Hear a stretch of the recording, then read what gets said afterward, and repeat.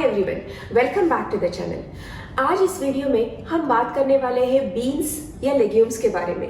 आप में से जो लोग घर में खाना बनाते हैं उनके लिए बीन्स एक बड़ा वरदान है, क्योंकि अगर आप सब्जी लेने नहीं जा पा रहे हैं, किसी रीज़न की वजह से आप बाहर नहीं निकल पा रहे हो, या फिर सब्ज़ी महंगी हो रही है, या फिर काफ़ी बार सब्ज़ी मिल रही है मगर अच्छी क्वालिटी की नहीं मिल रही है, ऐसे टाइम पे बीन्स बहुत ही हैंडी हो जाते हैं। बहुत ही आसानी से आप उसको इस्तेमाल कर सकते हैं और इजीली वो स्टोर भी किए जा सकते हैं। तो हर घर में कोई ना कोई टाइप का बीन्स मिल ही जाते हैं। मगर क्या बीन्स आपके हेल्थ के लिए सही है? क्या आप वो सही ढंग से, सही तरीके से उनको इस्तेमाल कर रहे हैं? जानते हैं इस वीडियो में। चलिए देखते हैं बीन्स के हेल्थ बेनिफिट्स क्या है। सबसे पहला बेनिफिट ये है कि ये एक कॉम्प्लेक्स कार्बोहाइड्रेट है और बहुत अच्छी क्वालिटी का कॉम्प्लेक्स कार्बोहाइड्रेट है। कॉम्प्लेक्स का मतलब ये है कि आपकी बॉडी को उसको ब्रेक डाउन करने में और डाइजेस्ट करने में काफ़ी समय लग जाता है। तो अगर आपको इंसुलिन रेजिस्टेंस है, डायबिटीज़ या हाइपरलिपिडेमिया, ऐसी कोई अगर प्रॉब्लम आप में है तो बीन्स एक बहुत अच्छा ऑप्शन हो जाता है। डायबिटीज़ के लिए स्पेशली बीन्स बहुत अच्छे साबित हो सकते हैं क्योंकि वो लो ग्लाइसेमिक इंडेक्स में आते हैं। दूसरा और सबसे इम्पॉर्टेंट बेनिफिट ये है कि बीन्स में फाइबर की मात्रा बहुत ज़्यादा होती है। फाइबर जो soluble as well as insoluble, दोनों टाइप के फाइबर बीन्स में देखे जाते हैं, पाए जाते हैं। उसकी वजह से आपके बॉडी में अगर इन्फ्लेमेशन है तो वो कम करने में बीन्स की हेल्प ली जा सकती है। जो सी रिएक्टिव प्रोटीन, वो एक बायोमार्कर है अपने ब्लड में जो इन्फ्लेमेशन दिखाता है, वो देखा गया है कि वो रिड्यूस हो जाता है अगर आप बीन्स का सही तरह से इस्तेमाल करते हैं आपके डाइट में। उसके अलावा हार्ट हेल्थ के लिए भी बीन्स में जो फाइबर होता है वो बहुत फायदेमंद होता है। बीन्स में प्रोटीन की मात्रा भी ज़्यादा होती है। अगर आप नॉनवेज नहीं खा पा रहे और फिर भी अगर आपको आपकी प्रोटीन डाइट में हाई रखनी है तो बीन्स एक बहुत अच्छा सोर्स है, जो एक वेजिटेरियन प्रोटीन सोर्स की तरह से आप उसको देख सकते हैं। इसके अलावा बहुत सारे विटामिन्स और मिनरल्स भी बीन्स में पाए जाते हैं। उसमें से एक बहुत इंपॉर्टेंट है पोटेशियम, जो आपके ब्लड प्रेशर को रेगुलेट करने में मदद करता है। बीन्स में कॉपर, फास्फोरस, मैग्नीशियम, मैंगनीज पाए जाते हैं। खास करके वेजिटेरियन या वीगन लोगों के लिए बीन्स आयरन का भी एक बहुत अच्छा सोर्स हो सकता है। बीन्स में विटामिन्स भी मिलते हैं जैसे थायमीन, B1, B2, B6, और एक बहुत इंपॉर्टेंट चीज़ बीन्स में होती है वो है एंटीऑक्सीडेंट्स।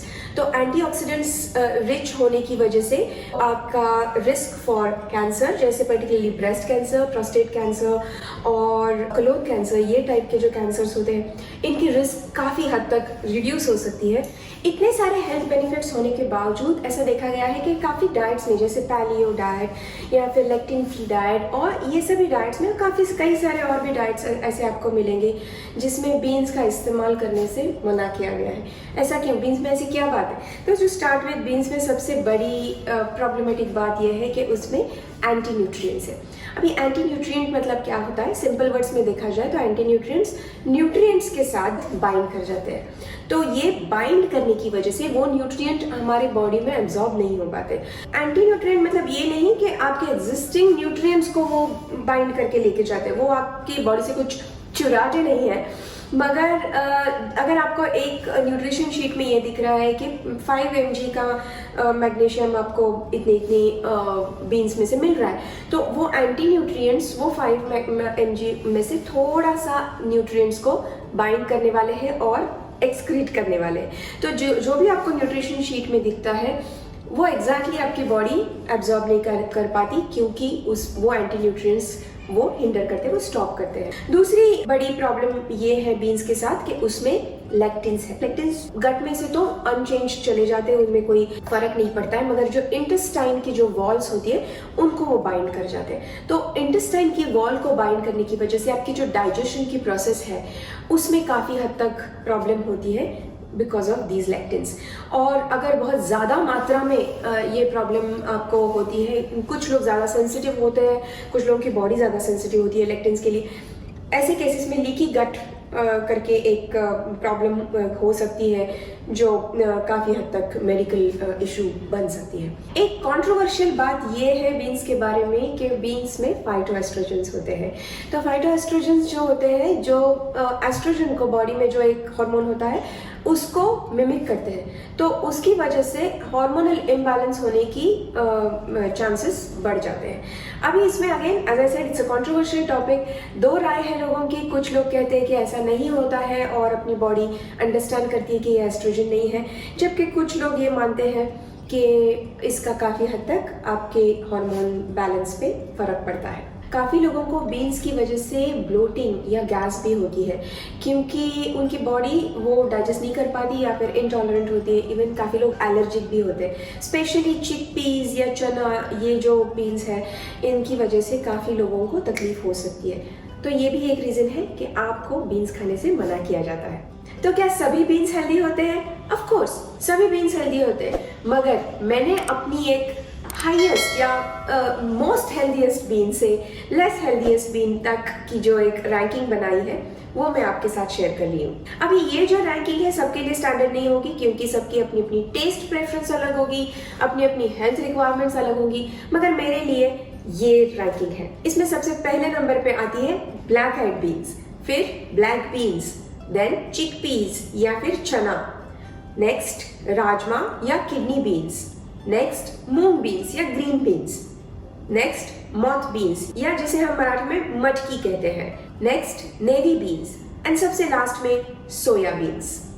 आपने देखा होगा कि मैंने सोयाबीन को सबसे लास्ट में डाला है। जी हाँ, वैसे तो सोयाबीन के काफ़ी सारे फायदे हैं, जैसे वो कोलेस्ट्रॉल कम है, उसमें सैचुरेटेड फैट्स कम है, प्रोटीन बहुत हाई अमाउंट में मिलते हैं, ज़्यादा मात्रा में मिलती है, और वो वर्सेटाइल भी है। तो अगर आप बेवरेजेस में यूज़ करना चाहते हैं तो सोया मिल्क है, लंच में यूज़ करना चाहते हैं तो टोफू है, अगर आप स्नैक करना चाहते हैं तो एडमामे बीन्स की तरह से आप ले सकते हैं, या फिर अगर सप्लीमेंट है तो प्रोटीन पाउडर की तरह से ले सकते हैं। सोया में एक प्रॉब्लमेटिक इंग्रेडिएंट है जिसको कहते हैं आइसोफ्लेवोन्स।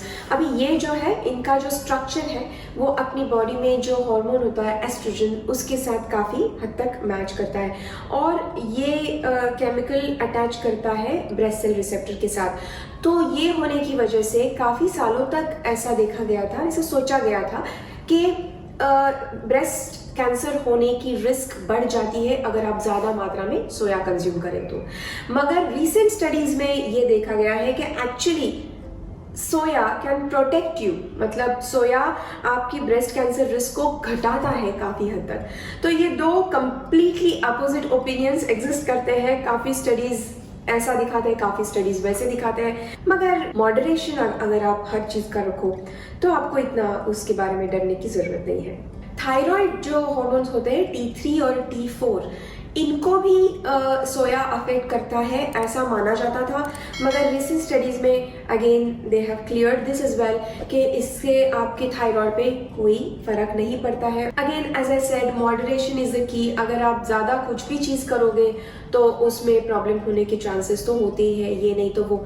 तो डेफिनेटली मैं कहूँगी कि एक मॉडरेशन में रखें, उसका कंजम्पशन बहुत ज़्यादा ना रखें सोया का particularly as compared to other beans, और बहुत ज़्यादा फ्रीक्वेंटली ना खाएं, मगर कभी कभी सोया खाने में कोई भी प्रॉब्लम नहीं है, वो बिल्कुल सेफ है। तो बीन्स का जो आपको बेनिफिट लेना है वो मैक्सिमाइज करने के लिए क्या कर सकते हैं?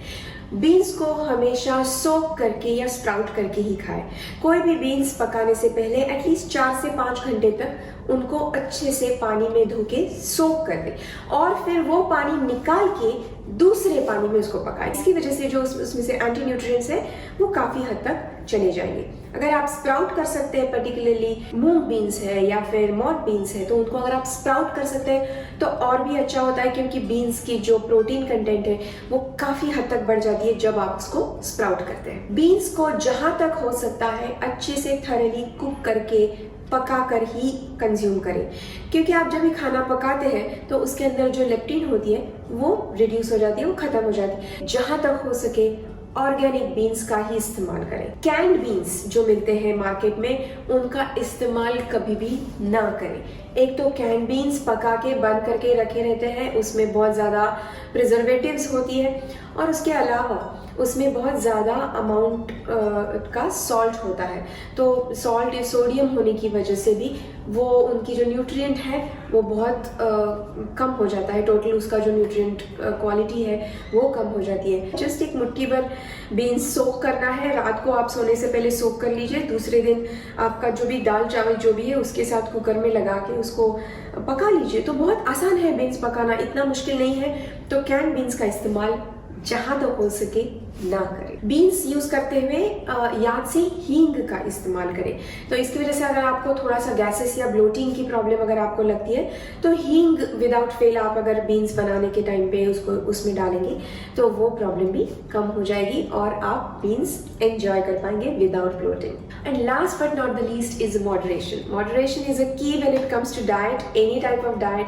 तो बीन्स के बारे में भी वही होता है, कम क्वांटिटी में, मॉडरेट क्वांटिटी में हमेशा कंज्यूम करें और रोज ना करें। तो वीक के कुछ दिन में भी आप फिक्स रख सकते हैं कि जब आप बीन्स खाएंगे। रोज सेम बीन्स खाना भी ठीक नहीं है, तो बीन्स को रोटेट करें। जैसे ब्लैक आइड बीन्स बनाया, फिर राजमा बनाया, फिर मूंग बनाया, तो अलग अलग बीन्स को कंज्यूम करें और मॉडरेशन में कंज्यूम करें। इस वीडियो में बस इतना ही। नेक्स्ट टाइम मिलेंगे किसी और टॉपिक के साथ। आपको ये वीडियो कैसा लगा मुझे कमेंट बॉक्स में डेफिनेटली बताइए। वीडियो को लाइक करना और चैनल को सब्सक्राइब करना ना भूलें। Thank you so much. See you next time. Stay healthy.